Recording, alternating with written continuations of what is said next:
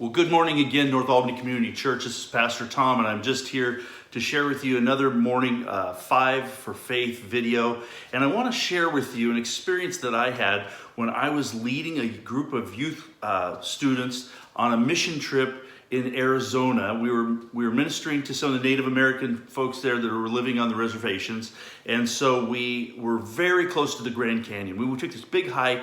We went up on this hill that overlooked this tremendous valley.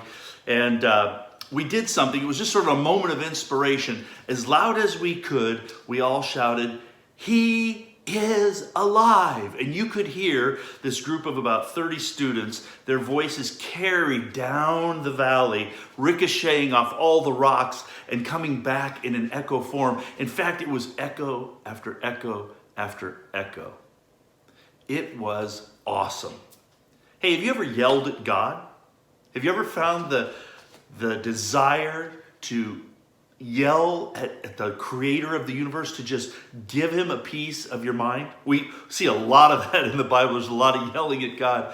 But I mean, have you ever done it in a good way, where you bless God for who he is? David, the writer of Psalms, some of the Psalms, he writes in chapter 34 this. He says, "I will bless the Lord at all times. His praise shall continually be in my mouth. My soul makes its boast in the Lord. Let the humble hear and be glad. Oh, magnify the Lord with me, and let us extol his name together. I sought the Lord, and he answered me and delivered me from all my fears." David understood the goodness of who God is and the accessibility that we have with God. He's right there waiting to not just whisper to us, but to hear us shout back great praises. You know, we sat there in that canyon, and after we yelled those things about God and heard the echoes coming back, we all kind of looked at each other like, hope nobody heard that. And somebody commented, hey, if shouting, after seeing this beauty that God has created, if shouting those things makes you feel strange, then there's something wrong with you, not with other folks. And you know what? That's really true. In this particular psalm, David tells us he is trusting completely in God. That he's trusting God and he's blessing God for all that God does for him. You know, that's our job, is to go out into the world and in some way, one way or another, bless God.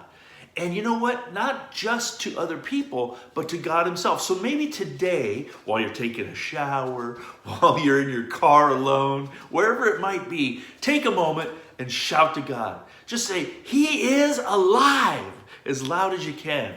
If the guy in the car next to you thinks there's something wrong with that, well, he's the one with the problem, because you are praising the God of the universe.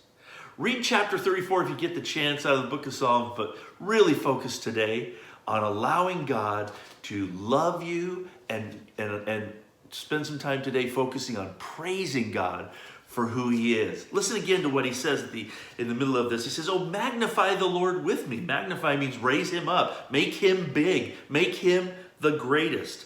"Oh, magnify the Lord with me, and let us exalt his name together." You know, his soul boasts in the Lord.